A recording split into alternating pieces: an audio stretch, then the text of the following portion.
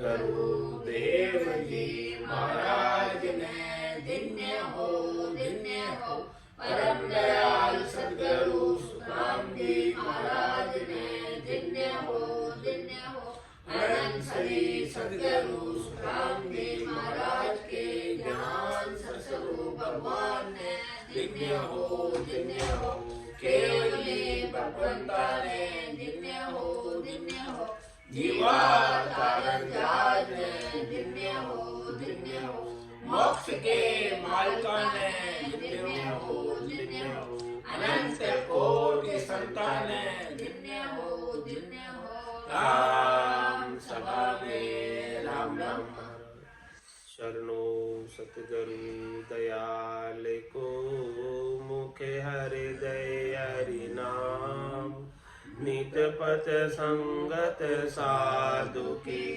आजीवन मुक्त सुख राम अणभे पद पर कास के दायक सतगुरु राम अनंत कोटि जन सहाय की ताए करू प्रणाम सतगुरु को एको सबद मन कोई ले मान तो सहज होते हैं संत दास मुश्किल सुआसान भक्ति भक्त भगवंत गुरु चतुर नाम बपुए जिनके पद रज परसता नासत विघ्न में सब धरती कागज करम सब वन कलम कटाई सात समुद्र शाही करम सतगुरु गुण लिख्या न जाय राम राम राम राम राम राम राम। आप सभी के अंदर विराजमान परमात्मा के पावन चरणों में प्रणाम। राम राम से अनंत श्री सद्गुरु सुखराम जी महाराज की अणबे वाले अगाध बोध ग्रंथ चल रहा है। महाराज अगाध बोध ग्रंथ के माध्यम से मध्यम गुरु, उत्तम गुरु और सद्गुरु में भेद समझाया कि परम मोक्ष की प्राप्ति करनी है, केवल पद आनंद पद की प्राप्ति करनी है तो सद्गुरु के बिना संभव नहीं है। 6 सद्गुरु से परम मोक्ष की प्राप्ति नहीं होती है। 7वें सद्गुरु जब मिलते हैं तब जाकर परम मोक्ष की प्राप्ति होती है। सतगुरु दया सोई सब करनी भजन भाव सब सारा साधन जोग तप सो क्रिया दर्शन हेत विचारा।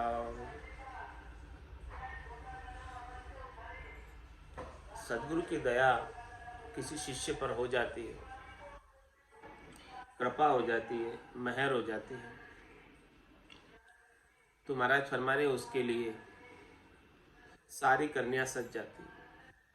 फिर अलग अलग कोई भी करने की आवश्यकता बाकी नहीं रहेगा। सद्गुरु की दया में सब करनियां निहित है, समाहित। भजन भाव सब सारा, भजन भी सद्गुरु की दया से बनता है, भाव भी सद्गुरु की दया से प्रकट होता है परमात्मा के प्रति। सब चीजें सद्गुरु की दया में निहित है, कृपा में निहित है। साधन भी बनता है तो सद्गुरु की कृपा से बनता है। सद्गुरु की कृपा के बिना साधन नहीं बनता है। जोग तप सो क्रिया, परमात्मा से मिलने का योग और शरीर संसार से न्यारा होने का तप और जितनी भी करनी क्रियाएं परमात्मा की प्राप्ति के लिए की जाती है वो सब एक सद्गुरु की दया में निहित है। अलग से कुछ भी करने की आवश्यकता बाकी नहीं रह जाती है। दर्शन हेतु विचार मन से बस नहीं कछु काई जोग रीत विद होवे, उल्टर पीठ फाड़ चढ़े जो 10वें द्वार जय खोवे। महाराज फरमा रहे हैं कि जो सदगुरु की दया है, कृपा है, मेहर है, वो हंसे के बस की बात नहीं।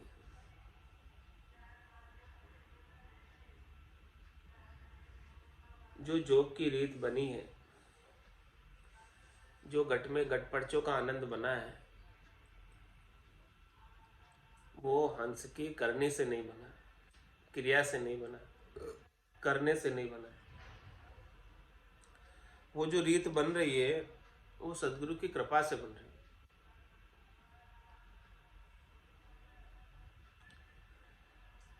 और कृपा में ऐसा गुण है, उल्टर पीठ फाड़ चढ़े जो 10वें द्वार जाए को। इतनी ताकत है कृपा में, इतनी जबरदस्त है कृपा कि वो प्रवृत्ति पसारे से उलट जाता, निवृत्ति निवेड़े में आ जाता है। स्थूल शरीर की, सूक्ष्म शरीर की, कारण शरीर की, महाकारण शरीर की आसक्ति छूट जाती है। 5 ज्ञानेंद्रियों की, 5 कर्मेंद्रियों की, मन बुद्धि चित्त अहंकार के इन 14 से न्यारा हो जाता है, इन सब से उलट जाता है। पहले इन सब के संग लगा हुआ था, अब इन सब से न्यारा होकर 5 प्रकृति से न्यारा हो जाता है।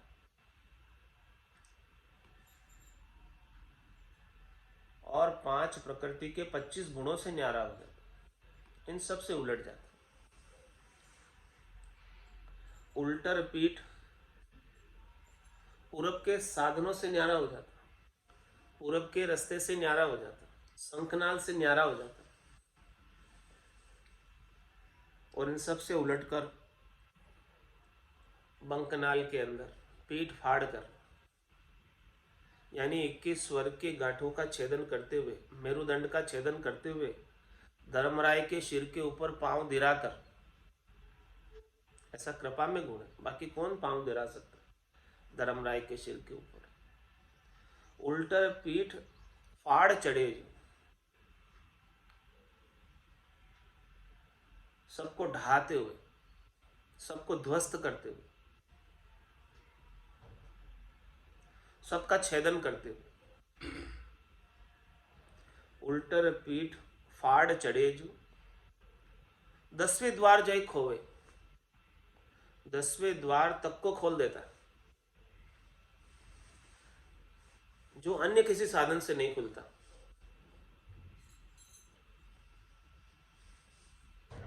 मुख सिमरण पहुंचे नहीं,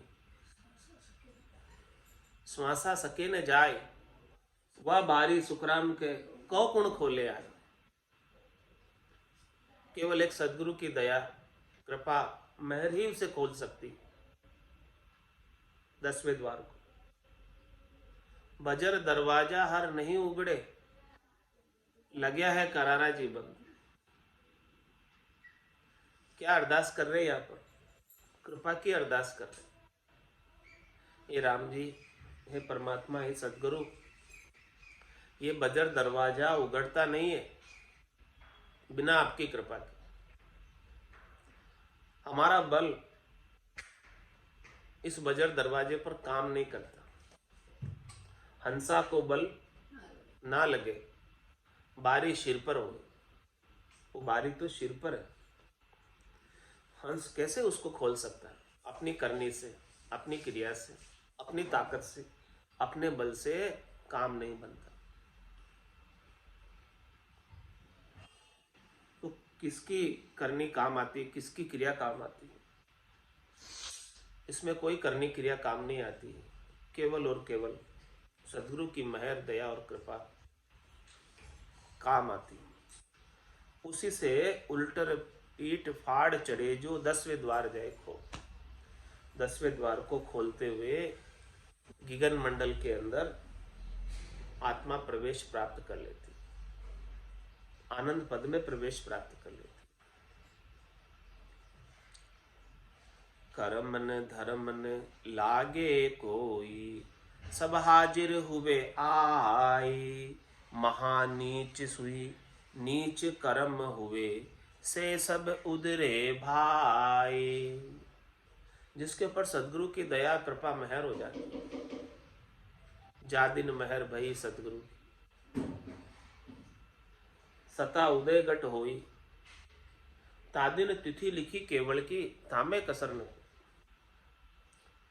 तो जिसके ऊपर ऐसी दया मेहर कृपा हो जाती है, सता उदयगट हो जाती है, तो कर्म न धर्म न लागे कोई। जो वो सदगुरु की अगाध सता है, वो कर्म और धर्म से न्यारी, पाप और पुण्य से न्यारी है।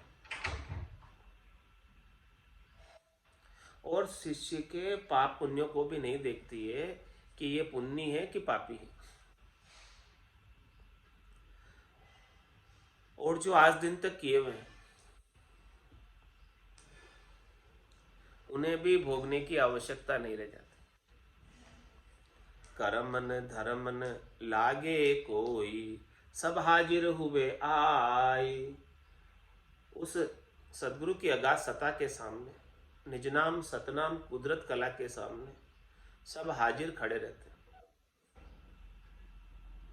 जमराज तक हाजिर खड़ा रहता है। जम माने मरजाद, चाल पासे नहीं आवे, दूरासु दंडोत साध का दर्शन चाल। सब हाजिर खड़े रहते हैं।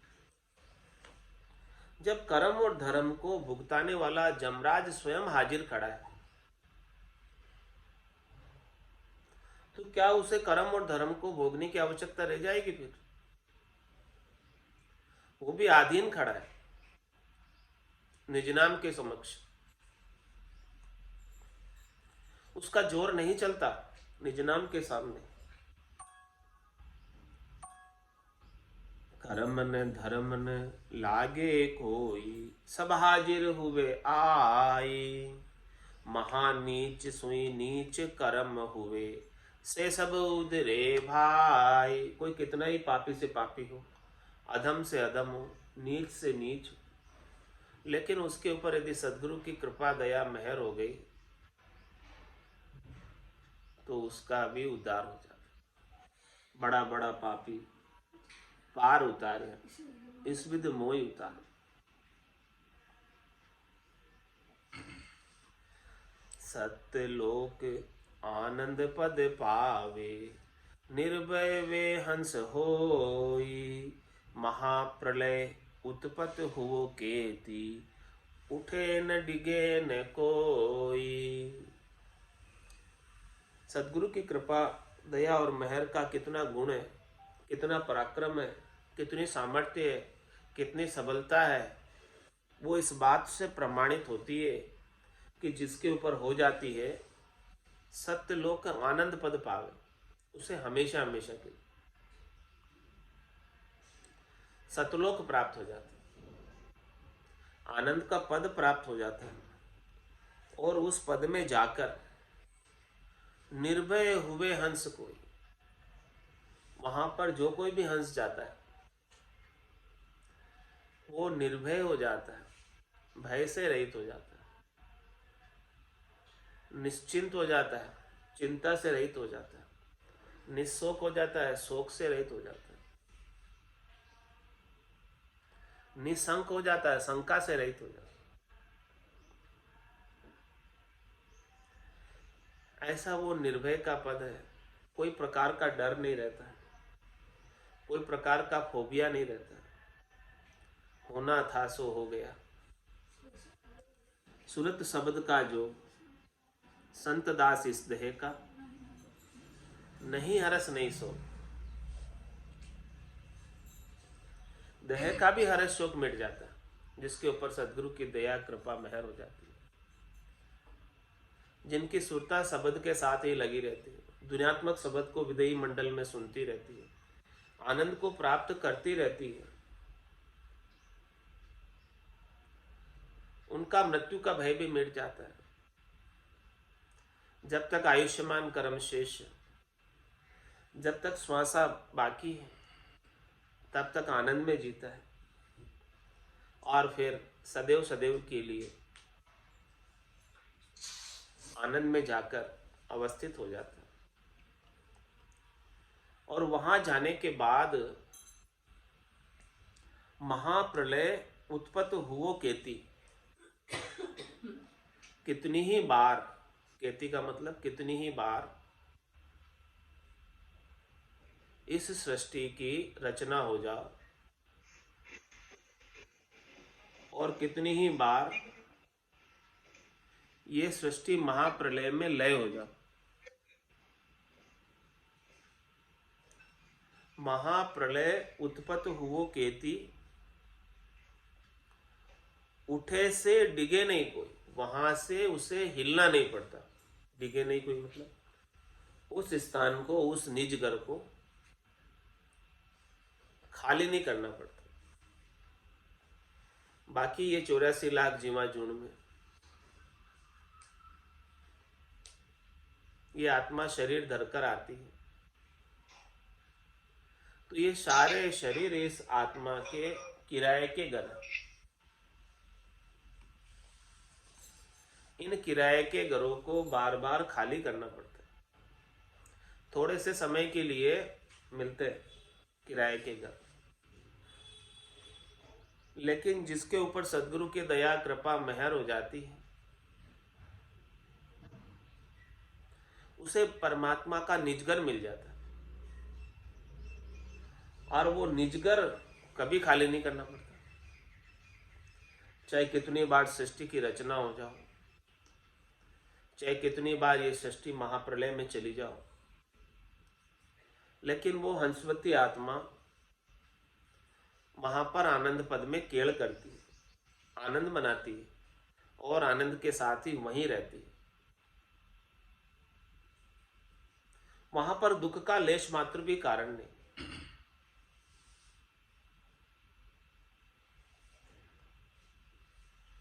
सतगुरु सकल शिष्ट का गुरु है, भेद बिना नहीं जाने। इमृत जड़ी संजीवन जग में, खिन नर कोई न आणे।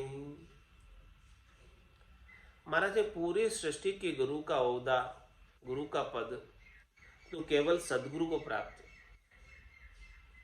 6 हदगुरु को नहीं प्राप्त है। गुरु तो पदवी हमारी याद,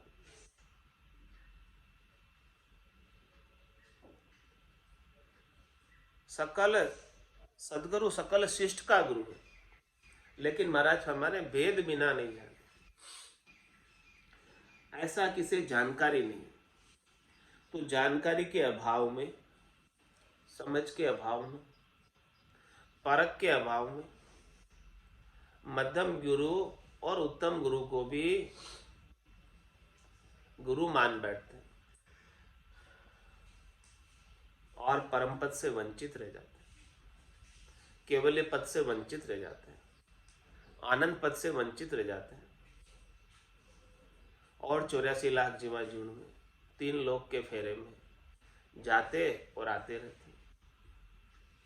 तो सतगुरु सकल शिष्ट का गुरु है, भेद बिना नहीं जाने। किस प्रकार से हमारा दृष्टांत देकर समझा रहे। इमृत जड़ी संजीवन जग में, खिन नर कोई न आणे। जिस प्रकार से संजीवनी जड़ी अमृतमय है, संजीवनी बूटी अमृतमय है, लेकिन संजीवनी बूटी की परख कितने जने हुए? कौन जानता है कि ये संजीवनी बूटी, संजीवनी बूटी उगी हुई है, लगी हुई है, लेकिन जानकारी के अभाव में उसे कोई खोद कर नहीं लाता और उसका उपयोग नहीं कर पाता।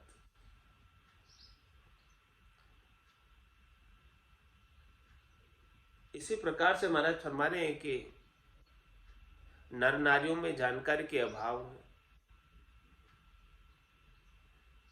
सतगुरु का संग नहीं कर पाते और हदगुरु के संग ही समय व्यतीत कर देते हैं और अपने जीवन का, मनुष्य जन्म का जो परम लक्ष्य है, परम उद्देश्य है, जिस उद्देश्य के लिए परमात्मा ने कृपा करके ये मिनखा दे दी, उस उद्देश्य की प्राप्ति से वंचित रह जाते।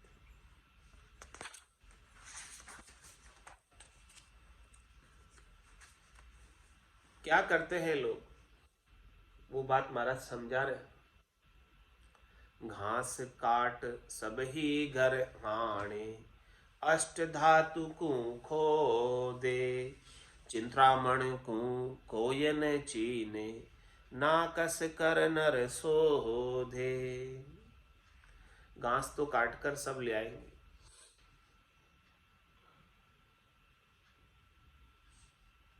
लेकिन संजीवनी बूटी की परख नहीं है, इसीलिए संजीवनी बूटी को खोद कर काट कर कोई लेकर नहीं आता, क्योंकि जानकारी नहीं है। इसी प्रकार से केवली भगवंतों की जानकारी लोगों को नहीं है। 99% लोग नहीं जानते हैं सदगुरु के बारे में, केवल्य के ज्ञान के बारे में, निज नाम के बारे में, किसी को नहीं पता।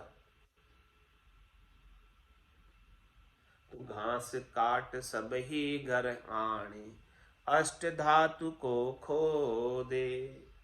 महाराज फरमाने की जो 8 प्रकार की धातु होती है, उनको सब जानते हैं, जो हमेशा व्यवहार में आती है, काम में आती है, जिनके राज बनते हैं, बर्तन बनते हैं, उसको सब खोद के लाते हैं। जिस चीज की लोगों को परख है, लेकिन सदगुरु की परख नहीं, इसीलिए सदगुरु का ज्ञान धारण नहीं कर पाते। चिंतामण को कोयन चीने, 8 प्रकार के धातुओं को तो चीन लेंगे, लेकिन चिंतामणि की परख किसे है? वो परख नहीं होने की वजह से चिंतामणि को नहीं ला सकते। ना कस कर नर सोधे, सोध्या जहां रतन नहीं पावे, नरेण जग के माही, जे कहूँ सहज मिले नर सेती, तो ओ माने नाही। और महाराज हमारे कि किसी ने शोधने की कोशिश भी की है, तो उसे परख के अभाव में सच्चे सदगुरु मिले नहीं। सच्चा केवल्य का ज्ञान बताने वाले केवली भगवंत प्राप्त नहीं है, क्योंकि परख नहीं थी, समझ नहीं थी। तो सोध्या जहां रतन नहीं पावे, नरेण जग के माही, जे कहूँ सहज मिले नर सेती, तो माने नाही। और किसी सहज सहज में प्राप्त हो जाए रतन, तो वो नर उसकी वैल्यू नहीं गिनता,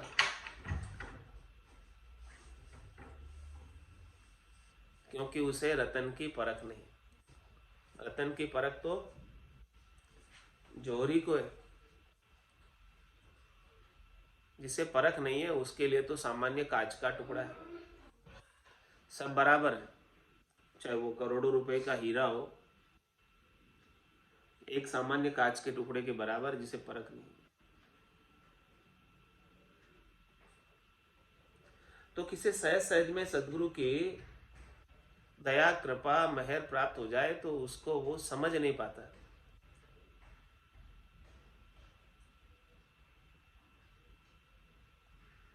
क्यों उन चीज सुनी ये शोभा, लीदी कदे न कोई, कैसे परख पले यो बांधे, कहन चीज गुण दोई।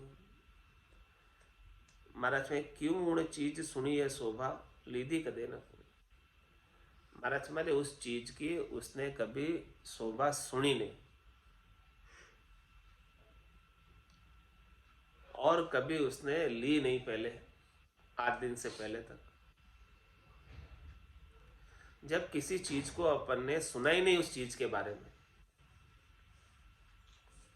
और उस चीज को अपन ने कभी लिया ही नहीं, कैसे परख पले यो बांधे। तो किस प्रकार से कोई नर भला उसकी परख कर सकता है कि जिसने उस चीज को कभी सुना ही नहीं, देखा ही नहीं, खरीदा ही नहीं, जब एक बार कोई सुनेगा, देखेगा, खरीदेगा, तब तो उसकी जानकारी होगी कि ये चीज अच्छी है कि नहीं।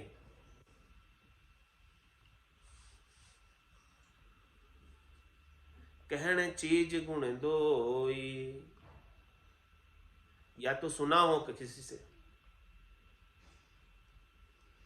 उस चीज के बारे में, या उस चीज के गुणों को जानता हो, खरीद कर परख कर उसका उपयोग करके उसके गुणों को जानता हो। तो जो जानता है वो तो मान जाएगा, जो नहीं जानता है वो नहीं मानेगा, क्योंकि कभी उसके बारे में सुना नहीं और कभी वो चीज ली नहीं। बाता गला सुनी जग माई, तामे भेल अपारा, खंड बंड इदकी कहूँ ओछी, क्यों कर गहे विचारा। और महाराज हमारे कि किसी ने बातें सुनी भी है ऐसी चीज के बारे में, सदगुरु के बारे में, सदगुरु की मेहर के बारे में, सत्ता के उदय होने के बारे में, ऐसे केवल्य के ज्ञान के बारे में, तो वो बात जो है ना उसमें बहुत भेड़ हो गया। भेड़ कैसे हो गया कि कोई बात आगे से आगे सुनाते हैं, एक जना दूसरों को कहता है, दूसरा तीसरों को कहता है, तीसरा चौथे को कहता है, इस प्रकार से आगे कहता है, तो उसका अर्थ ही यथार्थ अर्थ नहीं रह जाता, बदल जाता है। सब अपने अपने हिसाब से उसका उच्चारण करते हैं। तो जो मूल चीज है वो मूल चीज नहीं रह जाती। बाता गला सुनी जग माई, तामे भेड़ अपारा। तो उसमें तो बहुत भेड़ हो गया उन बातों में, वो बातें यथार्थ नहीं रही, वो बातें जैसी मूल होनी चाहिए वैसी नहीं रह गई, उसमें अनेक प्रकार के भेड़ हो गए बातों में। खंड बंड इदकी कहूँ ओछी, क्यों कर गहे विचारा। तो महाराज फरमाने कि इसके बारे में, सदगुरु की कृपा दया मेहर के बारे में बातें जो सुनने में आती है वो खंड बंड इदकी कहूँ ओछी। कोई तो कम कहता है उसका वर्णन, कोई ज्यादा करता है, कोई खंड बंड करता है, कम ज्यादा, यानी यथार्थ जो है वैसा कोई बात कहकर नहीं बता सकता। तो जब वो बात मूल रूप से बता ही नहीं पा रहे तो क्यों कर गए विचार, कोई भला उसे किस प्रकार से कह सकता है, यानी धारण कर सकता है उसका विचार को। मिलिया भरम खड़ो हुए माही, वो बाता को जो वे, जे कहूँ सुनी माय कमेद की, तो मन खुशी न होवे। और वो फिर जो सुनी सुनाई बात से कंपैरिजन करता है सदगुरु की दया कृपा मेहर को। जब मेहर किसी को मिल जाती है तो मिलिया भरम खड़ो हुए माही, उसे भरम होता है कि ये बात सही है कि नहीं है, जो सदगुरु ने मेरे ऊपर दया की है, कृपा की है, मेहर की है, जो मेरे गट के भीतर सता उदय हुई है, उसके बारे में भी भरम हो जाता, उसे विश्वास नहीं करता उसके ऊपर कि ये जो हुई है वो ठीक है क्या। मिलिया भरम खड़ो हुए माई, वो बाता को ले जो, जैसी उसने सुनी थी बातें उसके साथ वो मिलान करना चाहता है, कंपैरिजन करना चाहता है। जे कहूँ सुनी माय कम, यदि किसी ने कम ज्यादा सुनी हो उसके बारे में तो मन खुशी न हो वे, उसके शब्द जागृत हो गया फिर भी उसे खुशी नहीं हो रही, क्योंकि वो दूसरे से कंपैरिजन कर रहा है कि उसके तो ऐसा हुआ, मेरे ऐसा क्यों नहीं हुआ। जबकि वास्तव में कृपा हो गई, मेहर हो गई, दया हो गई, शब्द ब्रह्म की जागृति हो गई, फिर भी वो मन के अंदर अविश्वास कर रहा है, दृढ़ता नहीं है, मजबूती नहीं है, उसके ऊपर पूर्ण भरोसा नहीं कर रहा, नेचा नहीं कर रहा। मोसर मिने खा देह मिलो है, मत कोई गाफिलेरी जोरे। मोसर मिने खा देह मिलो है, मत कोई गाफिलेरी जोरे। कुटिया श्वास फेर नहीं आ राम राम भजली जोरे, कुटिया श्वास फेर नहीं आवे। राम राम भजली जोरे, जानत है शिर मोत खड़ी है। चलनो सांझ सवेरा रे, जानत है शिर मोत खड़ी है। चलनो सांझ सवेरा रे, 5-25 बड़े जोरावर, लूटत है जीव डेरा रे। 5-25 बड़े जोरावर, लूटत है जीव डेरा रे। मोसर मिने खा देहि मिल्यो, मत कोई गाफिलेरी जोरी। कुटिया श्वास फेर नहीं आवे, राम राम भजली जोरी। नर नारायण शहर मिल्यो है, जामे सूंझ अपारा रे। नर नारायण शहर मिल्यो है, जामे सूंझ अपारा रे। राम कृपा कर तो ये बसायो, या में काल तुम्हारा रे। राम कृपा कर तो ये बसायो, या में काल तुम्हारा रे। मोसर मिन खा देहि मिलो, मत कोई गाफिल री जोरे। कुटिया श्वास फेर नहीं आवे, राम राम भजली जोरे। जन्म जन्म का खाता चूके, होए मन राम सनेही रे। जन्म जन्म का खाता चूके, होए मन राम सनेही रे। रामदास सतगुरु के शरण, जन्म सफल कर ले रे।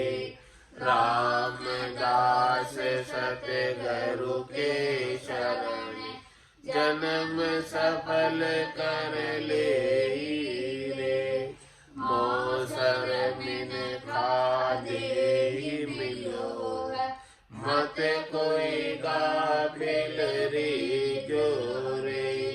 कुटिया श्वास फेर नहीं आवे, राम राम भजली जोरे। कुटिया श्वास फेर नहीं आवे, राम राम भजली जोरे। मोसर मिन खा देहि मिल्यो, मत कोई गाफिल री जोरे। मोसर मिन खा देहि मिल्यो, मत कोई गाफिल री जोरे। बोलो राम सतगुरु देव जी महाराज ने, परम दयाल सतगुरु सुखराम जी महाराज ने, अनंत श्री सतगुरु सुखराम जी महाराज के ज्ञान स्वरूप भगवान ने, केवली भगवंता ने,